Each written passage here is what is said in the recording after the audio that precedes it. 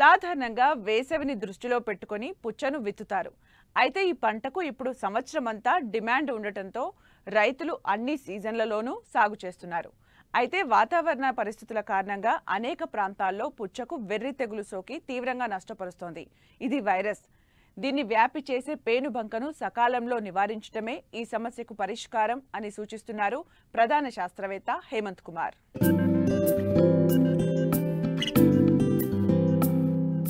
మండుటెండల్లో దప్పిక తీర్చి శరీరాన్ని చల్లబరిచే మధురమైన పండు పుచ్చ.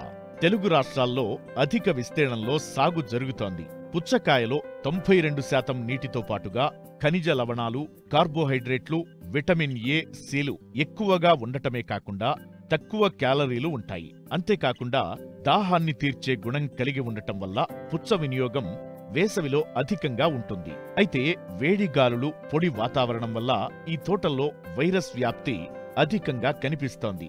ముఖ్యంగా వెర్రి తెగులు ఈ పంటను తీవ్రంగా దెబ్బతీస్తోంది. దీంతో రైతుకు తీవ్ర నష్టం వాటిల్లుతోంది. వీటిని సకాలంలో గుర్తించి అరికట్టినట్లయితే మంచి దిగుబడులను తీయవచ్చంటున్నారు ప్రధాన శాస్త్రవేత్త డాక్టర్ హేమంత్ కుమార్. పుచ్చలో కొన్ని ప్రాంతాల్లో కానీ చూసుకున్నట్టయితే ఈ మొజాయిక్ తెగులు అంటే వెర్రి తెగులు ఎక్కువగా ఆశించి ఈ యొక్క మొక్కలను నష్టపరుస్తున్నట్టుగా మనం గమనించడం జరిగింది. మొక్కల ఆకుల మీద మొదట ఈనెల మధ్య పసుపు రంగు మారటం అనేది ఒక ముఖ్య లక్షణంగా గుర్తించేదానికి అవకాశం ఉంటుంది. ఆ తర్వాత చూసుకున్నట్టయితే ఈ ఆకులన్నీ కూడా ఆకారం కోల్పోయి ఆకు పెద్ద ఈనెల వద్ద ఉన్నటువంటి కణాలన్నీ కూడా తీగ మాదిరి కనపడటం అనేది సాధారణంగా మనం గమనిస్తూ ఉంటాము. ముఖ్యంగా లేతాకులు కానీ చూసుకున్నట్టయితే లేతాకుల మీద బొబ్బలు కరిగి ఉండటం, అదే రకంగా మనం ఒకవేళ ఆకుని కనుక స్పృశించినట్టయితే ఈ గరుగ్గా ఉండటం కూడా దీని యొక్క ముఖ్య లక్షణంగా గుర్తించేదానికి అవకాశం ఉంటుంది.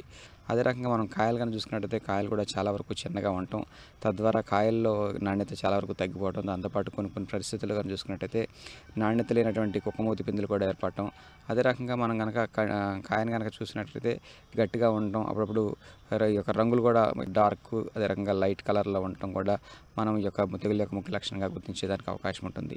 ముఖ్యంగా ఎక్కడైతే ఈ తెగులు ఆశిస్తూ ఉందో ఉష్ణోగ్రత ఎక్కువగా ఉన్నప్పుడు, అదే రకంగా ఈ పుచ్చని మొజాయిక్ని మనకి వ్యాప్తి చేసేటువంటి వాహకమైనటువంటి పేనుబంక పురుగు ఎక్కువ ఉన్నప్పుడు కనుక చూసుకున్నట్టయితే దీని యొక్క ఉధృతి చాలా ఎక్కువగా ఉండేదానికి అవకాశం ఉంటుంది. కాబట్టి రైతు సోదరులు ఈ యొక్క పుచ్చ మొజాయిక్ తెగులు పట్ల జాగ్రత్తగా ఉన్నట్టయితే చాలా వరకు దీని నష్టాన్ని నివారించేదానికి అవకాశం ఉంటుంది. ముఖ్యంగా ఈ యొక్క తెగులు నివారణ విషయంకి వచ్చినట్టయితే మార్కెట్లో దొరికే కీటకనాశనం అయినటువంటి ఎస్టామిప్రిడ్ అయినట్టయితే 0.2 గ్రాములు, లేదా థైమెథాక్సామ్ అయినట్టయితే 0.2 గ్రాములు లీటర్ నీటి కలిపి మందులను మార్చి వారం 10 రోజుల వ్యవధిలో 2 సార్లు కనుక పిచికారీ చేసుకున్నట్టయితే ఈ యొక్క తెగులు ఉధృతిని చాలా వరకు తగ్గించేదానికి అవకాశం ఉంటుంది.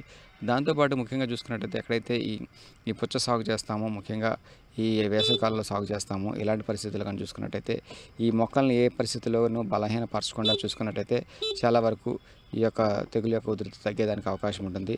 దాంతోపాటుగా ఎక్కడైనా ఒక మొక్కలో 2 మొక్కలు వచ్చినట్టయితే పీకి నాశనం చేసినట్టయితే దీని ఉధృతిని కూడా చాలా వరకు తగ్గించేదానికి అవకాశం ఉంటుంది. కాబట్టి ముఖ్యంగా ఈ వచ్చిన మొక్కలని తీసేసుకుంటూ దాంతోపాటుగా చుట్టూ కూడా పేనుబంకను నివారించుకోవడానికి కానీ చూసుకున్నట్టయితే జొన్న లాంటి పైర్లు కనుక 1-2 వరుసలో కనుక సాగు చేసుకున్నట్టయితే దీని యొక్క ఉధృతి చాలా వరకు తగ్గి తద్వారా పక్కన ఉన్నటువంటి పొలాలకు కూడా పాకేదానికి అవకాశం చాలా తక్కువగా ఉంటుంది. కాబట్టి రైతు సోదరులు సమగ్రమైనటువంటి సస్యరక్షణ చర్యలు కనుక పాటించుకున్నట్టయితే పుచ్చలో వచ్చేటువంటి మొజాయిక్ తెగుల్ని సమర్థవంతంగా అరికట్టి తద్వారా ప్రస్తుతం ఉన్నటువంటి పరిస్థితుల్లో పుచ్చ నుంచి మంచి దిగుబడి సాధించడానికి వీలుంటుంది. తక్కువ సమయంలో పంట చేతికొచ్చే పుచ్చకు మార్కెట్లో మంచి డిమాండ్ ఉంది. అయితే రైతులు మేలైన యాజమాన్య పద్ధతులు పాటించినట్లయితే మంచి దిగుబడిని సాధించవచ్చు.